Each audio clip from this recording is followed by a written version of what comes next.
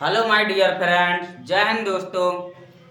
हाँ तो बच्चों, आज हम आप लोगों के लिए क्लास 10 सामाजिक विज्ञान इतिहास का दूसरा चैप्टर अध्याय 2 भारत में राष्ट्रवाद का उदय पढ़ते हैं।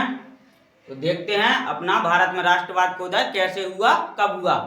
इससे पहले कि जो अपन ने पहला चैप्टर है सामाजिक विज्ञान का क्लास 10 का इतिहास का यूरोप में राष्ट्रवाद का उदय, वो अपना पढ़ लिया है और ख़त्म हो गया है।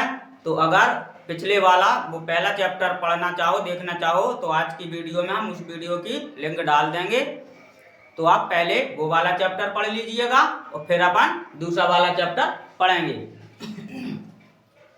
तो पहले अपन पेन और कॉपी यानी कि नोटबुक लेके बैठें और जो चीज़ अपन आज पढ़ेंगे वो अपन को कॉपी में नोट करना है, जिससे कि अपन को बाद में एग्जाम परीक्षा के टाइम काम दे सके। क्योंकि आज का जो चैप्टर है भारत में राष्ट्रवाद का उदय, जो बहुत वेरी इंपॉर्टेंट चैप्टर है, इसमें से इस वाले चैप्टर में से परीक्षाओं में जरूर एक दो क्वेश्चन आंसर पूछे जाते हैं, या विकल्प भी पूछे जाते हैं और क्वेश्चन आंसर भी पूछे जाते हैं। ऑब्जेक्टिव छोटे छोटे भी पूछते हैं और लॉन्ग भी पूछ लेते हैं। तो इस प्रकार से भारत में राष्ट्रवाद का उदय, अपन ने यूरोप में राष्ट्रवाद का उदय तो पढ़ा था, मगर आज अपन पढ़ते हैं अपने देश में यानी कि भारत में अपने देश का उदय कैसे हुआ था, अपने भारत का राष्ट्रवाद का उदय हुआ कैसे था। अगर हमारी वीडियो अच्छी लगे तो लाइक करना और सब्सक्राइब कर लेना, जिससे अपन को इस प्रकार की वीडियो मिलती रहे।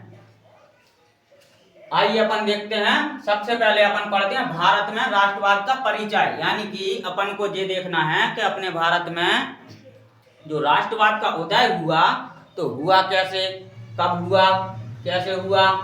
तो सबसे पहले अपन भारत में राष्ट्रवाद का परिचय पढ़ते हैं और परिचय में अपना पहला पॉइंट है भारतीय इतिहास का रूप बहुत बड़ा है। तो इसका क्या मतलब है कि जो अपने भारत का इतिहास है वो बहुत बड़ा है, क्योंकि अपने भारत में कई लोग आए, कई लोगों ने व्यापार किया, कई लोगों ने कंपनियां भी चलाई, कई लोगों ने युद्ध भी किए। तो इसलिए पहले कोई आया, फिर कोई आया, फिर था छोटा, फिर बड़ा, फिर बड़ा, इसलिए अपना भारत का इतिहास बहुत बड़ा हो गया।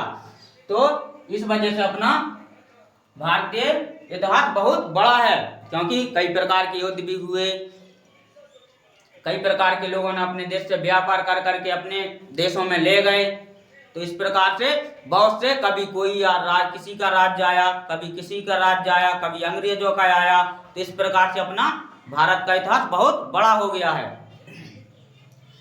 इसका दूसरा पॉइंट है अंग्रेजी शासन।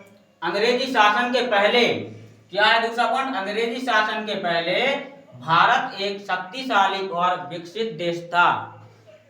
पहले जब अंग्रेजी शासन नहीं था अपने भारत में, जब अंग्रेजों का राज नहीं था, जब अपना भारत क्या था, एक बहुत पैसे वाला और शक्तिशाली, यानी कि अपने भारत को सोने की चिड़िया भी कहा जाता था, बोला जाता था ना अपने भारत को क्या, सोने की चिड़िया। तो जिस टाइम अंग्रेजों का शासन नहीं था उस टाइम अपने भारत बहुत पैसे वाला था, शक्तिशाली था।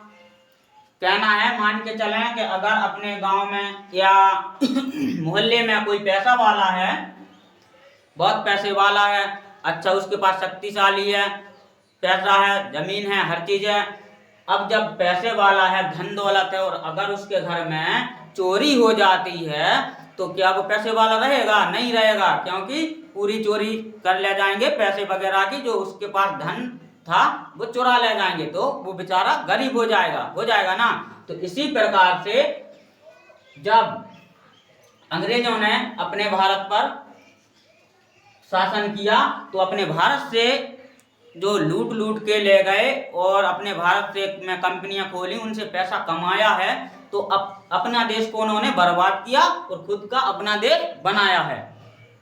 अपनी दूसरी हेडिंग इस प्रकार से खत्म होती है। अब अपन देखते हैं तीसरी हेडिंग। तीसरा पॉइंट में अपना है यह है, वह समय था जब भारत पर गुप्त साम्राज्य, दिल्ली सल्तनत आदि शासन था। यानी कि वह सल्तनत था उस टाइम जब कहना यह है कि अगर अपना देश था, मगर सल्तनत शासन किसकी चलती थी? अंग्रेजों की, उनकी चलती थी। अगर वे जैसा कहते थे वैसा मानना होता था, क्योंकि अपना भारत उस टाइम दब के रहता था अंग्रेजों से। अपने भारत के लोग बाग उन लोगों से दबते थे, उन्हीं की सरकार थी, उन्हीं की चलती थी। इस प्रकार से उन्हीं लोगों की चलती। अगर अपना मान के चले कि अगर किसी के घर में, घर परिवार वालों में किसी दूसरे का चलती होगी तो क्या वो घर सही रहेगा? नहीं रहेगा। उसमें कुछ ना कुछ बिगड़न होएगी, कुछ खराबी हो जाएगी, कहीं ना कहीं लड़ाई होती रहेगी, कई समस्याएं आती रहेंगी। तो इसी प्रकार से जब अपने भारत था, अपने भारत में वो चलती थी उन लोगों की, अंग्रेजों की। तो इस वजह से अपने भारत को कई प्रकार की समस्याएं आती नहीं। इसी प्रकार से बच्चों अपन देखते हैं चौथा वाला इसका पॉइंट। इसके कारण 1850 प्लासी युद्ध हुआ, यानी कि किन्हीं लोगों के कारण हुआ? प्लासी, अंग्रेजों के कारण। अंग्रेज अगर नहीं आए होते अपने भारत पर, नहीं बीच में अपने भारत के अंदर आते तो कोई युद्ध होना ही नहीं था। जब युद्ध नहीं होना था तो सही रहता व्यवस्था। अब देखते हैं 1850 प्लासी युद्ध हुआ और अंग्रेजों ने बंगाल पर कब्जा किया। यानी कि जब युद्ध होंगे तो कई प्रकार की घटनाएं होती हैं युद्ध में। सेना की जानें जाती हैं, हजारों जानें जाती हैं, कई लोग बाग घायल भी होते हैं। और अपन को गोला बारूद असला की जरूरी पड़ती है तो बहुत लाखों 2-2 लाख रुपया महंगे वाले गोला असला बारूद आती है। पैसा खर्च होता है, अपना धन, कई प्रकार से कमियां आती हैं धन में। तो इस वजह से जब युद्ध होएगा तो कई प्रकार की समस्याएं आती हैं, हर चीज की व्यवस्था मिलाने पड़ती हैं। तो अपने भारत में युद्ध हुआ और युद्ध के बाद इन्होंने बंगाल पर कब्जा कर लिया, यानी कि भारत के एक छोटे से हिस्सा पर कब्जा भी कर लिया। अब आती है अपनी पांचवी वाली हेडिंग।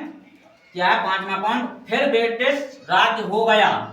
फिर ब्रिटिश राज हो गया परंतु भारत स्वतंत्र राष्ट्र रहा। यानी कि इनका ब्रिटिश राज तो चलता रहा मगर फिर भी अपना भारत कैसा रहा?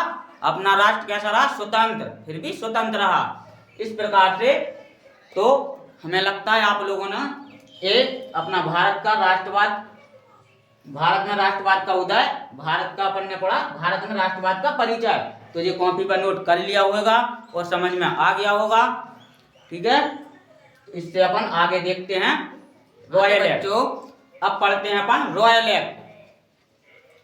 रॉयल एक्ट था, अब ये बताओ जे रॉयल एक्ट था जो कैसा था? देखिए रॉयल एक्ट 1919 में पारित या प्रेरित अपन या लागू किया गया हुआ। यह एक ऐसा कानून था जिसमें भारतीयों पर किसी तरह के मुकदमे को बिना चलाए शंका के आधार पर गिरफ्तार कर 2 साल के लिए तक जेल में बंद कर दिया जाता था। क्या था रॉयल एक्ट? रॉयल एक्ट में क्या था? रॉयल एक्ट है जो, यह एक ऐसा एक्ट था कि अपने भारत, जो अंग्रेजों ने, इन लोगों ने बनाया था, इन लोगों का दिमाग देखो कितना तेज चलता था। इनके लोगों के लिए नहीं बनाया इन लोगों ने, सिर्फ भारतवासियों के लिए बनाया था ये एक्ट कि अगर कोई प्रकार की इन्हें शंका हुई, या एक ऐसा था कि अगर इन लोगों को किसी भी प्रकार की शंका होती थी किसी व्यक्ति पर कि इस व्यक्ति ने, यानी कि अपन नहीं के शक, इस व्यक्ति पर शक है, इसने ये काम किया होगा, तो इन लोगों को ऐसा, जिस व्यक्ति पर शक हुआ या शंका हुई तो इन लोगों ने क्या किया, उस व्यक्ति को, उन लोगों को, जिन लोगों पर शंका हुई उन लोगों को उठाया और सीधा जेल में डाल दिया। वो भी 1-2 दिन के लिए नहीं। अगर ये लोग 1-2 दिन, 1 दिन 2 दिन या 4 दिन इन लोग इस प्रकार से होते तो कोई दिक्कत नहीं, मगर इन लोगों का काम क्या था, 1-2 दिन का नहीं, सीधा 2 साल का। 2 साल कम होते क्या? 2 साल बहुत होते हैं। तो रॉयल एक्ट एक ऐसा एक्ट था जो किसी भी प्रकार से शंका होने पर उठाकर जेल में 2 साल के लिए बंद कर देते थे। ना कोई मुकदमा, ना केस, किसी भी प्रकार का कोई मुकदमा वगैरह नहीं। अभी आज के टाइम में अगर कुछ कांड होता है या कोई समस्या होती है, जब ये दोनों पक्षों के पक्ष और विपक्ष के लोग रिपोर्ट डालते हैं या फिर उन दोनों पक्षों का मुकदमा चलता है, जो जिस पक्ष का व्यक्ति मुकदमा जीत जाता है तो उसका कुछ नहीं हुआ, जिस पक्ष का व्यक्ति मुकदमा हार जाता है तो हो सकता है उसे जेल जाना पड़े। तो आज के ज़माने में तो मुकदमा कुछ भी मुकदमा वगैरह है तो मुकदमा हारेंगे तभी जेल जाएंगे, मगर इन लोगों का तो कोई ऐसा नियम ही नहीं था कि मुकदमा लड़े जाए या कौन जीतेगा कौन हारेगा, किसी जेल में डालना है, किसे क्या करना है, किसकी गलती है किसकी नहीं, इनका ये कुछ नहीं था। इनका तो सीधा टारगेट था कि कहीं पर कोई समस्या आई, कोई चीज में बिगड़न या कुछ हुआ, बिगाड़ हुई, तो इन लोगों ने शंका करना शुरू किया। देखा हाँ ये इधर 4 लोग खड़े हो ना हो, इन लोगों ने ही अपना ये काम बिथाला होएगा, तो उन चारों को उठाया, ना कोई मुकदमा ना कोई, सीधे 2 साल के लिए जेल में डाल दिया। इस प्रकार से ये रॉयल टॉयलेट एक्ट था। ठीक है बच्चों, तो आज की वीडियो के लिए इतना ही काफी है, और इसका भारत में राष्ट्रवाद उदय का जो परिचय हो गया अपना, और रॉयल एक्ट हो गया, और इसके आगे जो अपन है अगली वीडियो कल की वीडियो में आपको मिलेगा। ठीक है।